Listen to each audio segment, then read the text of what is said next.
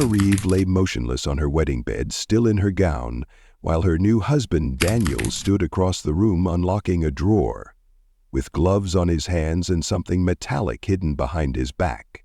Unbeknownst to him, Gregory Whitlow, Emma's father, was watching everything in real time from a hidden camera he had secretly installed. What Gregory saw that night shattered his world and uncovered a dark secret that would lead to a murder investigation, a buried identity, and a horrifying truth no one was prepared to face. Emma Whitlow had always dreamed of the perfect wedding day, and June 12th delivered everything she imagined. Sunlight cutting through the clouds just in time for the ceremony, gentle music echoing across the garden, and the warm embrace of family and friends. Dressed in white lace and holding her mother's antique bouquet, she smiled as she walked down the aisle toward Daniel Reeve, the man she had loved since college. Their small town of Raven Hollow turned out in full to celebrate. To most, it seemed like a fairy tale, but someone wasn't smiling as widely as the others. Her father, Gregory Whitlow, stood near the back of the ceremony, watching with polite warmth, his face calm but unreadable. To everyone else, he looked like the proud father giving his daughter away to the love of her life. But inside, Gregory was at war. He had never fully trusted Daniel. Something about the young man's eyes, the way he answered certain questions too quickly or avoided others entirely, left Gregory uneasy. A former private investigator turned locksmith, Gregory had spent a lifetime reading people, and Daniel, from the moment he stepped into Emma's life, never quite added up. Emma dismissed his concerns every time. "You're just being overprotective," she would say with a laugh. "Daniel is nothing like the people you used to investigate." Maybe she was right, Gregory thought. Maybe he had spent too many years chasing shadows. But still, he had to be sure. Just days before the wedding, while Emma and Daniel were finalizing reception plans, Gregory quietly entered the newly renovated house the couple would move into after the ceremony. It wasn't hard. He still had a copy of the master key Emma had once given him just in case. Inside, he installed 2 pinhole cameras, one hidden inside a smoke detector on the bedroom ceiling, the other behind a vent cover facing the bed. He told himself it was for her safety. In the first week of marriage, couples let their guard down. If Daniel ever meant harm, Gregory wanted to know. He never planned to watch anything live. Just quick checks the next morning, enough to sleep with peace of mind. He left the house, locked it behind him, and told himself that he was just being cautious. But a quiet part of him, a darker part, whispered that something would happen. Not might, would. The wedding day passed in celebration. Guests danced under twinkling lights, and speeches flowed as freely as the champagne. Emma and Daniel left the reception around midnight in a vintage car gifted by Daniel's uncle. They were laughing, tipsy, and blissfully unaware that their every move inside the house would be recorded. Gregory didn't sleep that night. He sat in his study, a dimly lit room cluttered with old case files and dusty books, staring at the monitor. The feed was quiet. He saw them enter the house, Emma spinning in her gown while Daniel set down their bags. They looked happy, normal. He shut off the screen after a few minutes, ashamed of his own paranoia. Maybe this really was the start of their happily ever after. But in the morning, something gnawed at him. He returned to the footage, intending to delete it and move on. Instead, he watched just a little longer, just to be sure. That's when his heart stopped. At 12:43 a.m., Emma went into the bathroom. The camera captured Daniel standing by the bedside table, pulling a small vial from his jacket pocket. He moved quickly, pouring a few drops into a glass of water. Gregory leaned closer. Emma came out minutes later, smiling, and drank it without question. She sat on the edge of the bed, swayed once, and collapsed backward. Gregory paused the footage. He stared at the screen, unable to breathe. His daughter didn't move. Daniel turned away from the bed and calmly opened the top drawer of the dresser. What he pulled out wasn't immediately clear, but it glinted. Gregory's hands trembled. What had he just seen? Why had Daniel drugged Emma, and what was he planning to do next? He reached for his phone but hesitated. What could he say? I spied on my daughter's wedding night and found something horrifying? He needed to be sure before he acted. Absolutely sure. But even as he told himself that, a sick feeling took hold in his gut. Something terrible had just begun, and he was the only one who knew. Gregory Whitlow sat frozen in his study, eyes locked on the paused video frame. The grainy image showed his daughter unconscious on the bed, her limbs limp, her head tilted unnaturally to the side. Across the room, Daniel stood at the dresser, holding something metallic. Gregory couldn't make out exactly what it was. Maybe a pair of scissors, a knife, or a syringe, but the object glinted under the dim bedside lamp like something that didn't belong in the hands of a groom on his wedding night. For a long time, Gregory couldn't move. His chest felt tight, his breath shallow. This was no longer about paranoia. This wasn't the overreaction of a protective father. This was real. Something was deeply, horribly wrong. The seconds ticked by on the screen as he pressed play again, heart pounding in his ears. Daniel moved methodically. After taking the item from the drawer, he pulled on a pair of latex gloves. He must have hidden them there earlier, long before the wedding. He walked over to Emma and knelt beside her. His expression was unreadable. Not grief, not concern, just focus. He leaned over as if checking her breathing, then stood and walked out of the frame. Gregory sat forward. Daniel had left the bedroom, and for the next 29 minutes the room remained still. Emma didn't move once. Her wedding dress was wrinkled, her hair strewn across the pillow like the petals of a broken flower. Then, at exactly 1:15 a.m., Daniel returned. He wore a new shirt. His sleeves were rolled down. But the most chilling detail was a faint, dark smear on the inside of his collar. Barely visible, but unmistakably blood. Gregory recoiled. He scrubbed the footage back, watched again. Same detail, that single mark, faint, fresh, and damning. He felt like screaming, but his voice was trapped beneath a layer of disbelief. Was this what he thought it was? Had Daniel drugged his daughter, left the room, committed some violent act and returned as if nothing had happened? And where had he gone for those 29 minutes? The footage didn't offer answers, just more questions. Gregory stood abruptly and paced the room. He couldn't go to the police, not yet. The footage had been obtained illegally. No judge would accept it, and revealing it would mean admitting he had installed hidden cameras in his daughter's bedroom. His mind raced with worst-case scenarios. Emma would never forgive him. She would hate him. But if he did nothing and something truly terrible had happened, how could he live with himself? There was only one person he trusted with something like this, Carla Jennings. He hadn't spoken to Carla in nearly 5 years. Once a top forensic analyst for the state, she had retired early after a case involving an innocent man wrongly convicted had unraveled in court. She had always been precise, brilliant, and most importantly, discreet. If anyone could interpret what this footage meant, it was her. He called her that afternoon, voice shaking. When she arrived hours later, she barely asked questions. She simply followed him to the study, sat down in front of the monitor, and hit play. She didn't speak for the entire duration of the clip. When it ended, she stared at the black screen for a long time, her face pale. Then, without turning to him, she said, "There's more to this." They watched it again, frame by frame. She noticed something Gregory hadn't.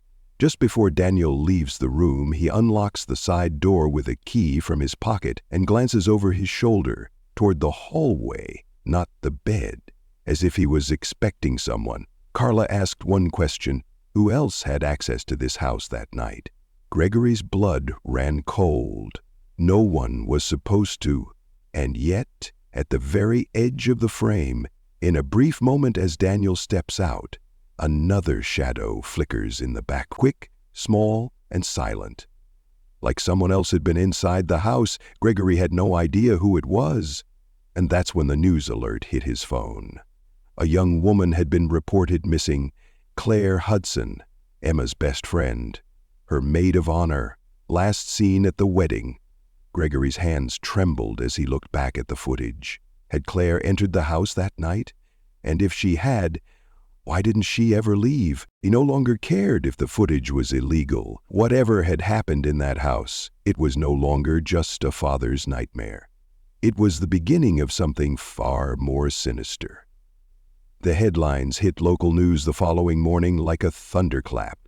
Bridesmaid missing after wedding, last seen near couple's home. Claire Hudson's photo appeared on every screen, smiling, vibrant, her auburn hair tied up in a braid of fresh wildflowers, the same style she wore at Emma's wedding. Her parents claimed she had left the reception early, supposedly heading back to her hotel. But she never made it. Her phone was off and she hadn't been seen since midnight. Gregory sat at his kitchen table, the newspapers spread out before him, his coffee untouched. Carla stood nearby, arms crossed tightly across her chest. They both knew what the footage suggested. Claire was in the house. She had to be. But she never reappeared on camera after that flicker of movement in the hallway. No door opening, no exit, no sound. Carla went back to the footage and began scrubbing every second with professional scrutiny. She slowed the playback to half sped and looped the moment Daniel exited the room. There, for barely half a second, a shape passed behind him. A shoulder, perhaps, or part of a dress. The quality was poor, but the colors matched the silver gown Claire had worn that night. Carla leaned closer. What if she followed him in? She muttered, half to herself. What if she saw something? That possibility chilled Gregory to the bone. Claire had been close to Emma, like a sister. Maybe she stopped by the house to drop something off. Maybe she sensed something was wrong. Or maybe she saw Daniel drugging Emma and came to confront him. No matter the reason, one thing was increasingly clear.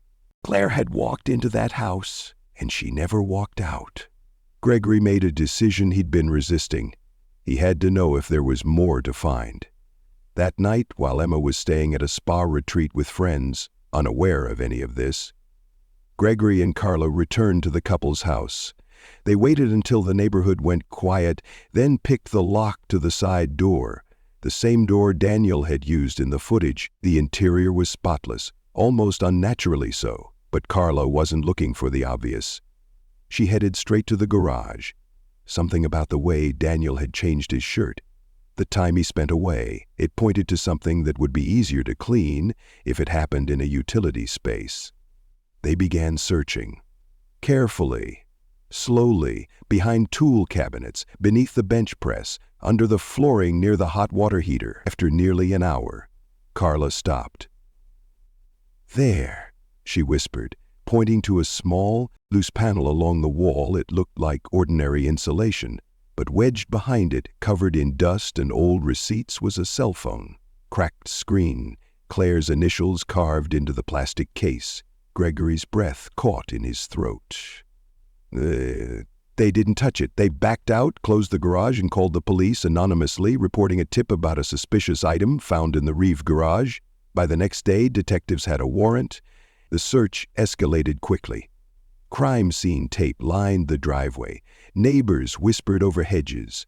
And by the evening, the truth could no longer hide beneath the surface. A body was found beneath the floorboards of the garden shed. It was shallow, hastily dug, covered in lime and plastic sheeting. But the coroner didn't need much time to confirm it. Claire Hudson. Cause of death? Blunt force trauma to the skull. Time of death. Estimated between midnight and 1 a.m. on the wedding night. Gregory felt a strange cocktail of vindication and dread. Daniel was arrested 2 days later without incident.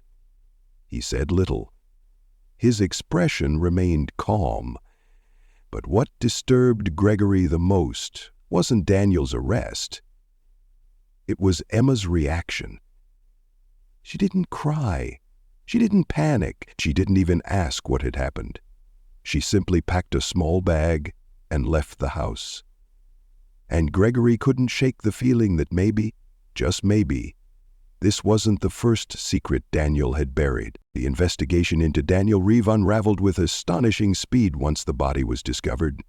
At first, police believed the motive was simple: rage, impulse, maybe a secret affair gone wrong.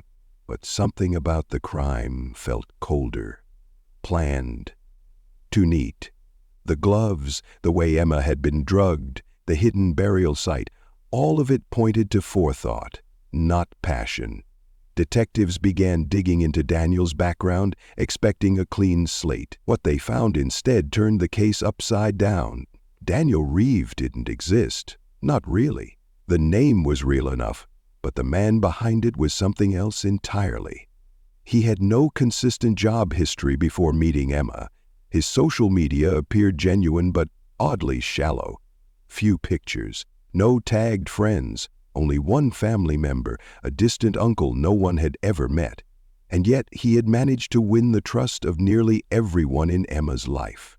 Everyone except Gregory. Using facial recognition software, investigators matched Daniel's face to another identity, Thomas Neely, a man with sealed records, several aliases, and a string of previous relationships that ended abruptly.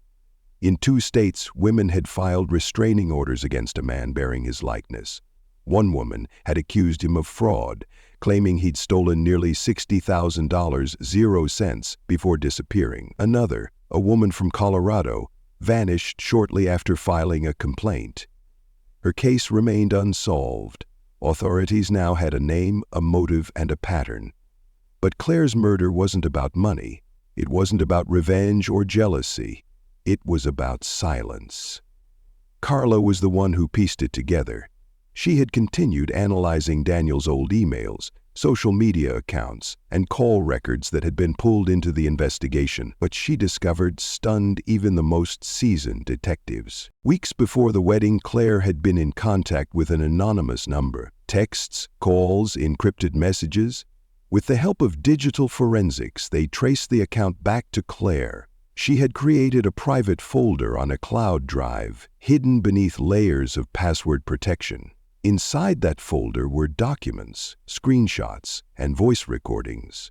Claire had found something, apparently, while helping Emma plan the wedding. She had borrowed Daniel's laptop one night to check venue details. There, buried inside an archived folder, she had uncovered files with conflicting names, different bank accounts, even photos of Daniel with a different woman. Time tape just weeks before he'd proposed to Emma. At first she thought it was just an old relationship, until she recognized one of the photos. It was the missing woman from Colorado, the one whose case had gone cold. Claire didn't go to Emma, not right away. She started gathering evidence, documenting everything. She even recorded a conversation with Daniel during a coffee meetup the week before the wedding, subtly confronting him about his past. His voice remained calm, but his message was clear. Some secrets are better left buried. She must have realized how dangerous he was. But she waited, perhaps too long, hoping to catch him in something more damning. Then came the wedding night. And that's when Claire made her final mistake. She went to the house. Maybe she meant to confront him. Maybe she intended to warn Emma. Maybe she thought she could scare him into leaving. But she underestimated just how far Thomas would go to protect his new identity and the life he was about to secure through marriage. With Emma unconscious, Claire entered through the side door, unlocked, probably by Daniel himself. The cameras only caught shadows, but forensic analysis confirmed a second set of female footprints inside the hallway that night. It matched Claire's shoe size. There were also signs of a struggle in the garage, scuff marks on the concrete, a broken hinge on a cabinet door, traces of blood beneath a discarded tarp. Everything pointed to one thing. Claire had confronted him, and he had killed her. Daniel was formally charged with first-degree murder, identity theft, and obstruction of justice, but perhaps the darkest part was Emma's silence. When detectives told her the truth, she nodded once and said nothing. She didn't cry. She didn't speak Daniel's name again. She simply disappeared from public view, as if wiping the slate clean, as if trying to erase not just him, but everything he had touched. And Gregory, he watched his daughter retreat into the silence of survival. He knew she would never be the same again. None of them would. The courtroom was packed. The trial of Daniel Reeve, now known to the world as Thomas Neely, captivated not only Raven Hollow but the entire state. Media trucks lined the courthouse square. Everyone wanted to understand how a man with no true identity could infiltrate a family, charm a community, and carry out a murder beneath the cover of a wedding celebration. Gregory sat in the third row, just behind the prosecution table, flanked by officers who knew his full involvement but agreed to keep the origin of the footage off the record. They never once mentioned the cameras publicly. The official narrative stated that a tip led them to the garage. The anonymous nature of that tip and the sheer amount of corroborating physical evidence made it strong enough to hold in court without revealing the real source. Daniel, or Thomas as he was now referred to, remained composed through every session. Never flinched, never looked away, even as photos of Claire's bruised body were displayed for the jury. His face, once charming and disarming, now appeared hollow and mechanical. He refused to speak in his own defense. His legal team fought hard, arguing that there was no direct footage of the crime, no definitive proof of premeditation, but it wasn't enough. The evidence was too overwhelming. Claire's voice recordings played like a ghost resurrected, calm, brave, and damning. The prosecution built their timeline with precision. The poisoned drink, the changed shirt, the blood-stained collar, the missing time, the false identity, the phone hidden in the garage, the shallow grave. But still one question lingered in Gregory's mind. Why Emma? Daniel had other marks before. Wealthy women, reclusive women, women he could isolate. But Emma was different. She was close to her family. She lived in the same town she grew up in. She had people who knew her, who cared for her. She wasn't a typical target. So why her? That question was answered on the final day of the trial. It came not from the prosecution nor the defense, but from Emma herself. She appeared unannounced just before the closing argument, pale, composed, wearing black. She walked to the witness stand without meeting Gregory's eyes. The courtroom fell into a heavy silence. Even Daniel blinked, his first visible sign of emotion in weeks. Emma began speaking slowly but clearly. She revealed that she had known about Daniel's inconsistencies for months. She had noticed the lies, the gaps in his stories, the calls he'd take in another room. At first, she convinced herself it was wedding stress, but after Claire showed her what she'd found, the photos, the files, the real name, Emma confronted him, not with rage but with calm certainty. And Daniel confessed. He told her he needed to disappear, to reinvent himself, that he had no real family, that he wasn't dangerous, just desperate. Emma didn't tell anyone, not even Claire. She thought if she married him, she could control him, keep him close, maybe even change him. She thought love could undo danger, but when Claire went missing and Daniel came home with a different shirt and empty eyes, Emma knew it was over. She pretended to sleep that night. She waited, she watched, and in the morning she made a choice. She deleted the camera footage from the bedroom, except the crucial clip showing Daniel drugging her. She transferred that one file to a flash drive and slipped it into a book in her father's study. She knew he'd find it, knew he'd act. She couldn't be the one to turn Daniel in, but Gregory could. She didn't cry on the stand. She simply said, "I thought I could fix him. I was wrong."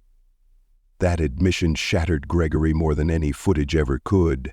Daniel was sentenced to life in prison without parole, but the scars ran deeper than court records or prison bars. Claire was gone. Emma's innocence was gone, and Gregory's trust in the world, already fragile, had been finally and permanently broken. The cameras were removed. The house was sold. Emma moved across the country, changed her name, and left no forwarding address. Gregory never heard from her again. And every night he replayed the same question in his mind. What if I hadn't watched the footage? Because sometimes seeing the truth doesn't save you. It only proves how close you came to losing everything.